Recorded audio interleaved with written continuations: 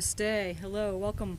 I just got finished done with a client, and she brought up a question. She wanted to know, she really didn't know too much about shamanism, and I thought I was working on developing this series on introducing some of my techniques and the services that I provide. Just brief videos for those that want to come in and to know a little bit of what I do without having to go through some of the videos on my YouTube channel. So basically, this introduction to shamanic and quantum healing services is to provide basically an understanding of what shamanism is, and just to briefly explain to you what I was just doing is I was just communicating with the birds, and we had a hawk fly over, which gently communicated their acknowledgement to me, and that was very, very nice for the introduction to this video. Excuse me, I have to stop this from blowing over here. We have a lot of wind out here on the prairie, and where I'm standing right now was the home of the Plains Indians, and they would migrate up to the mountain pass during the summer times, and they come, or the winter times, and they'd come down, or they'd go and forage up for food and do their migration back and forth, and they'd stay a time out here on the prairie, and they'd pack up camp and go up in what's called Ute Pass, where actually Highway 24 is now situated on, over where Colorado Springs connects up to the mountains into Woodland Park up there. So anyway, back to this. So basically, a shaman is someone that sees with a strong eye, and it's the third eye right here in the bridge of your nose, and everyone sees with that, but the shaman goes a little further, and so it's our connection to the spirit world. It's our connection to see the ethereal, to see the what is called non-ordinary reality. See right here, this is ordinary reality in daytime at 3 o'clock in the afternoon. The sun is up in the sky, and this is daily business as usual. But the shaman takes a little further. We can kind of be here in business as usual, and in what is called non-ordinary reality, which is the spirit world, where we communicate with the real world, where the Aboriginals in Australia coined it as we are in the dream time here, and when we die or when we go to sleep at night, we go home. That's the real world. So everything here has a counterpart in the spirit world. So for instance, people talk about, you hear about in indigenous cultures, they'd talk about animal medicine or plant medicines. Even the clouds talk to you. Anything, everything is animated, has spirit. And so for instance, a bear, you say, okay, well, bear is my spirit guide. What that means is that basically bear is bear. Bear has no name. Bear has no identity. Whereas you and I have a name, we have an identity, people call each other names, but the bear is bear in nature. So, and bear represents all bear. So all bears is bear spirit. And it's everything about bear. Everything you can think of what bear represents. And there's a lot more to it, but in nature, look at what a bear does.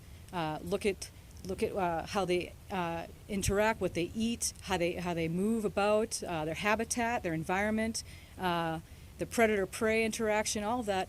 Everything about that are the traits that you can draw upon. And when that animal comes to you, either in dream time or as a spirit guide, is a gift. They come to you because you're ready to step into more of your expansion of yourself. And so that energy is there at play to offer you for that expansion. And so bear, one of the most primal spirit guides of all of the native people, is of the subconscious, and speaks of things coming up from what lies underneath. Where owl medicine is very much the same. When you think of an owl, you think of the nighttime. They're very mysterious, owls are. And they're very much the same in that aspect of drawing from the subconscious. Things are not being spoken or said, going into the void. The bear energy draws upon back to bear. Speaking with ancestors, drawing upon ancestral energies, and speaking with counsel. Bear is a very, very big force There is no better or worse when it comes to guides and spirits and all of that. Everybody has their own participant that play in this whole thing. And so whatever the medicine you need at the time comes to you. I mean, it could be anything, and not just like a bear. It could be an ant, or it could be an angel. It could be anything you can think of that is here in the representation. Again, this place, which is ordinary reality, is just secondary. This is the outcome of everything that's taking place in not ordinary reality. So, and in shamanic traditions, they teach and they know very much about that everything is dreaming itself into existence. So I'm dreaming, you're dreaming, the earth is dreaming, the sun, the moon, they're all dreaming, and we're all dreaming this together. And it was what makes up physicality as we know it. And so it's very important, and as we go into the new world, as we come into this new energies of the world, and where we're at is very pivotal in the survival of a lot of species on this planet and the human race, and we're coming up to plate now as far as our relationship with the spirits and everything, again, of the invisible, of the things that we can't see, that we can't prove, although science is getting very close, especially with this quantum mechanics that we came into in the late 90s. We're starting to step into, which metaphysical, we're starting to see these things that we were unable to see. You could take photography of auras now, so you can see energies around objects. So it's starting to become very real, but it's very important for our own survival as we're going forward, our thrival, more importantly, going forward on the planet, and for everybody that's here. And so we're the caretakers, and shamanism, that's basically the premise of it. We're here to help the community in any way. If a person gets sick, then we come and we communicate. We become what is considered the hollow bones, or I like to say it's like kind of like taking a garden hose and then hooking it up to the house and letting the water come through. I'm the hose, so the shaman's the hose, and the water is the information and what needs to be done for the individual. And so I act on behalf of the health and well-being of the individual and the community. And so, in aspect, there is no healer here. The shaman basically is the hollow bone. So anything that's around that is going to take place for the healing of the individual community comes through that person. And so that's basically a shaman. And they're able to do that. And so I have this here because I was in trance earlier, and that's how I do some of my long-distance work.